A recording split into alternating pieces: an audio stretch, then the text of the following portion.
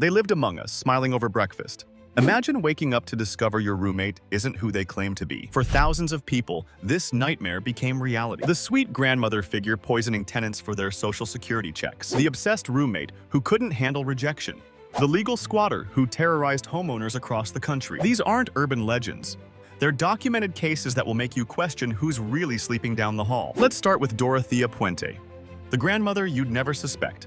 In 1980s Sacramento, this petite, gray-haired woman ran a boarding house for society's most vulnerable, the elderly, disabled, and mentally ill. With her floral dresses and home-cooked meals, she seemed like a guardian angel for those with nowhere else to go. But Dorothea had a side hustle, murder for profit. When tenants received their government assistance checks, Dorothea would cash them, drug her victims, and bury them in her garden. For years, she continued collecting their benefits while planting roses above their shallow graves.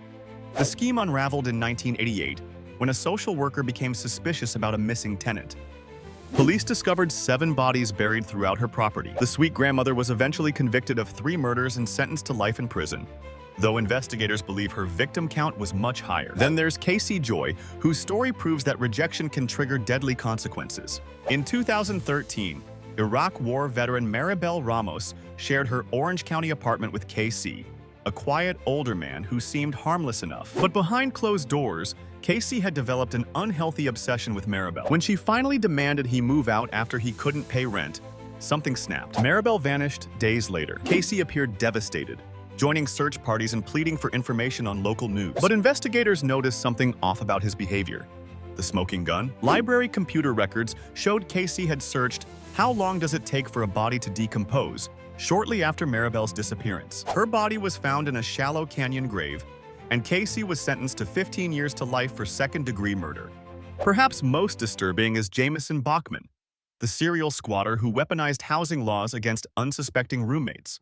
With his educated demeanor and professional appearance, Jameson seemed like the perfect tenant when answering roommate ads. He'd move in, immediately stop paying rent, and begin a calculated campaign of psychological warfare. He'd remove bathroom doors for repairs, steal utilities, and threaten legal action when confronted. When eviction proceedings began, he'd countersue with elaborate legal filings, because Jameson wasn't just any squatter. He was a law school graduate who knew exactly how to exploit tenant protection laws. For decades, he terrorized roommates across the East Coast, leaving a trail of traumatized victims who spent thousands fighting to reclaim their own homes. His reign of terror ended only after he murdered his own brother in 2017.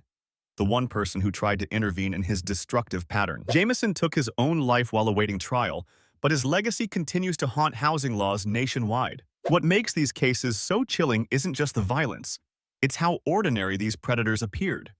They blended into everyday life, hiding behind normal routines while harboring dark intentions. They exploited a fundamental vulnerability in modern society: our need to share living spaces with strangers due to economic necessity. In major cities where housing costs have skyrocketed, people often have no choice but to live with individuals they barely know. Background checks are minimal or non-existent. References can be faked. And once someone has established residency, removing them, even when they're dangerous, becomes a legal nightmare.